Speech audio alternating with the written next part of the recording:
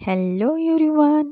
मी आज तुमच्यासोबत शेअर करते गुलाबजामुनची रेसिपी. आपण 1 किलो खव्यापासूनचे परफेक्ट गुलाबजामुन बनवूया. ही रेसिपी तुम्हाला नक्की आवडणार आणि तुम्ही एकदा तरी नक्की ट्राय करा या पद्धतीने गुलाबजामुन. तर मी इथं 1 किलो खवा घेतलेला आहे. याला पहिला आपण सॉफ्ट करून घेऊ.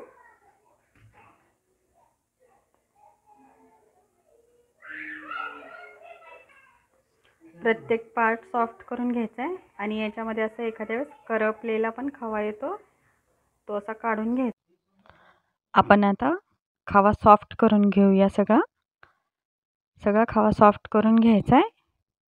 एकदम छान, म्हणजे आपले गुलाबजामुन छान होतात. आता आपण याच्यामध्ये घालून घेऊ 200 ग्रॅम मैदा आणि खवा एकत्र मळून घ्यायचा आहे.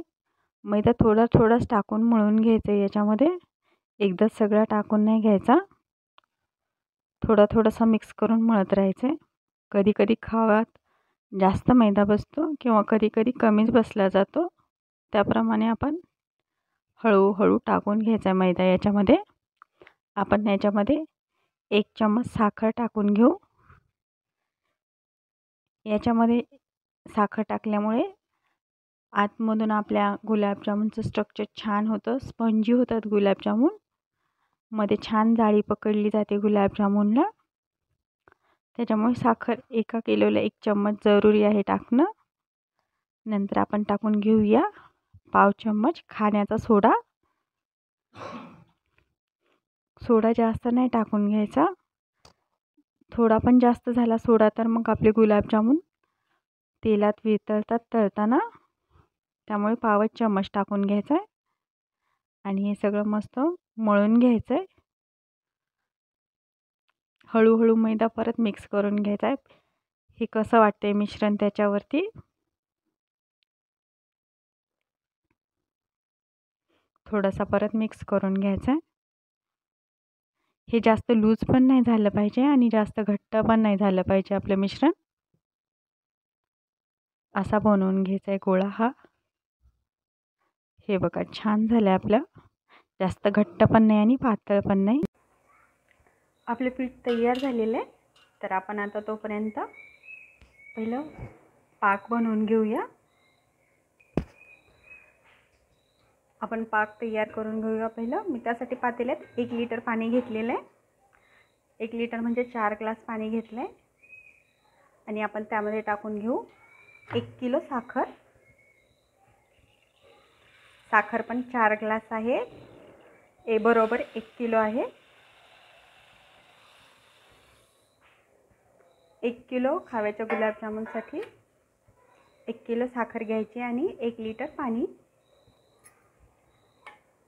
आपण पाक जास्त कडक नाही बनवायचा आहे. मी फ्लेवरसाठी 2 इलायची टाकून घेते. तुम्हाला इलायची आवडत नसेल तर हे ऑप्शनल आहे, मी पण 2च टाकते फ्लेवरसाठी. आपला पाक बनत आला आहे. आता लास्टला आपण टाकून घेऊ एकदम 1 चुटकी नमक टाकून घ्यायचं आहे. 1च चुटकी टाकायचं फक्त. आपला पाक तयार झालेला आहे. एकतारी पाकपेक्षा कमी पाक असा बनवून घ्यायचा आहे या टाईपमध्ये. छान तयार झाला आहे पाक.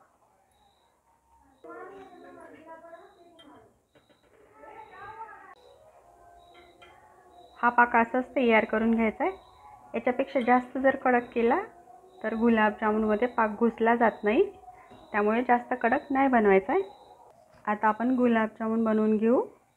छोटेच बनवून घ्यायचे, कारण ते परत तेलामध्ये पण फुगतात आणि पाकामध्ये पण गेल्यानंतर मोठे होतात. त्याच्यामुळे छोट्याच साईजचे बनवून घ्यायचे आणि याला क्रॅक पण नाही जाऊ द्यायचा. जर आपण असे छान बनवून घ्यायचे. नको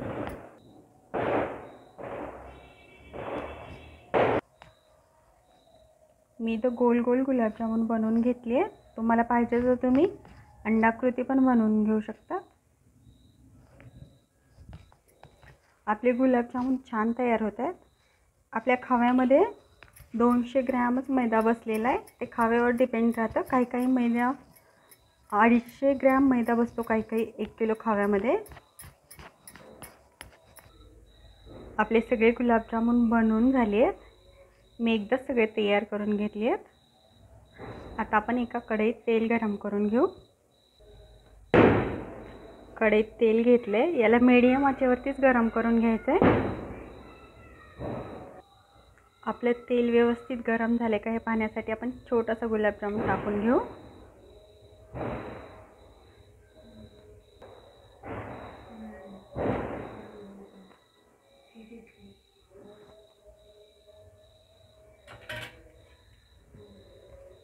आपलं तेल छान गरम झालेलं आहे.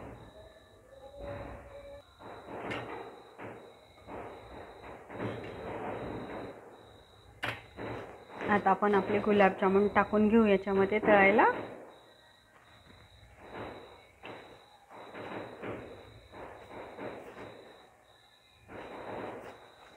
गॅस मीडियम ठेवायचा आहे. जास्त कमी पण नाही करायचा आणि फास्ट पण नाही. जास्त कमी केला तर वितळले जाऊ शकतात तेलामध्ये आणि फास्ट केला तर फक्त वरूनच करपले जातात, मध्ये तळले जात नाही आहेत. त्यामुळे मीडियम ठेवून घ्यायचा आहे गॅस.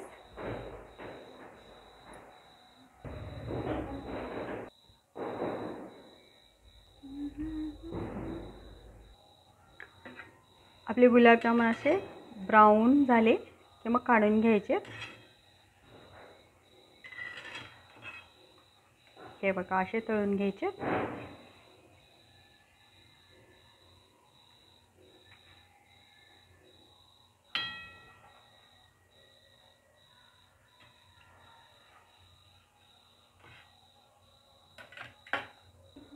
असेच सगळे गुलाबजामुन आपण परत तळून घ्यायचे मीडियम आचेवरती. आपले गुलाबजामुन तेलात मस्त असे फुगले गेले आहेत. हे बघा आपोआप पलटी पण होत आहेत ते.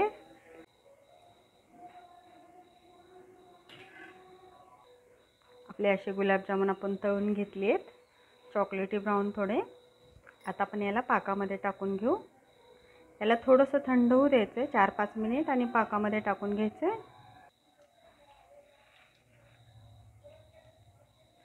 सगळे गुलाबजामुन आपण टाकून घेऊ.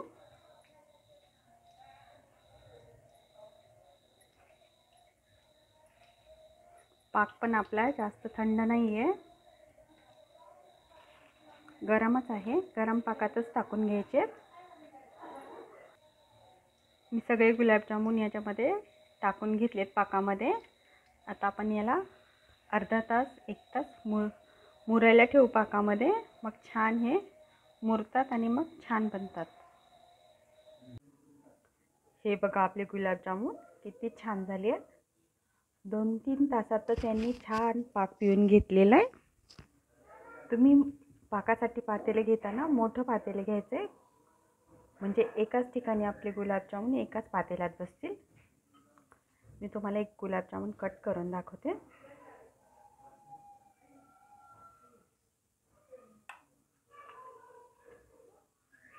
बघा मधून पण खूप छान झालेत आपले गुलाबजामुन.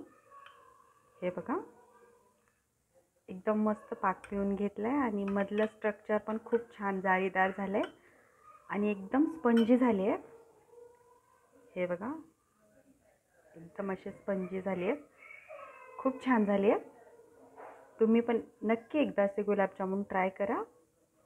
आणि ही रेसिपी आवडली असेल तर नक्कीच लाईक, शेअर आणि सबस्क्राईब करा.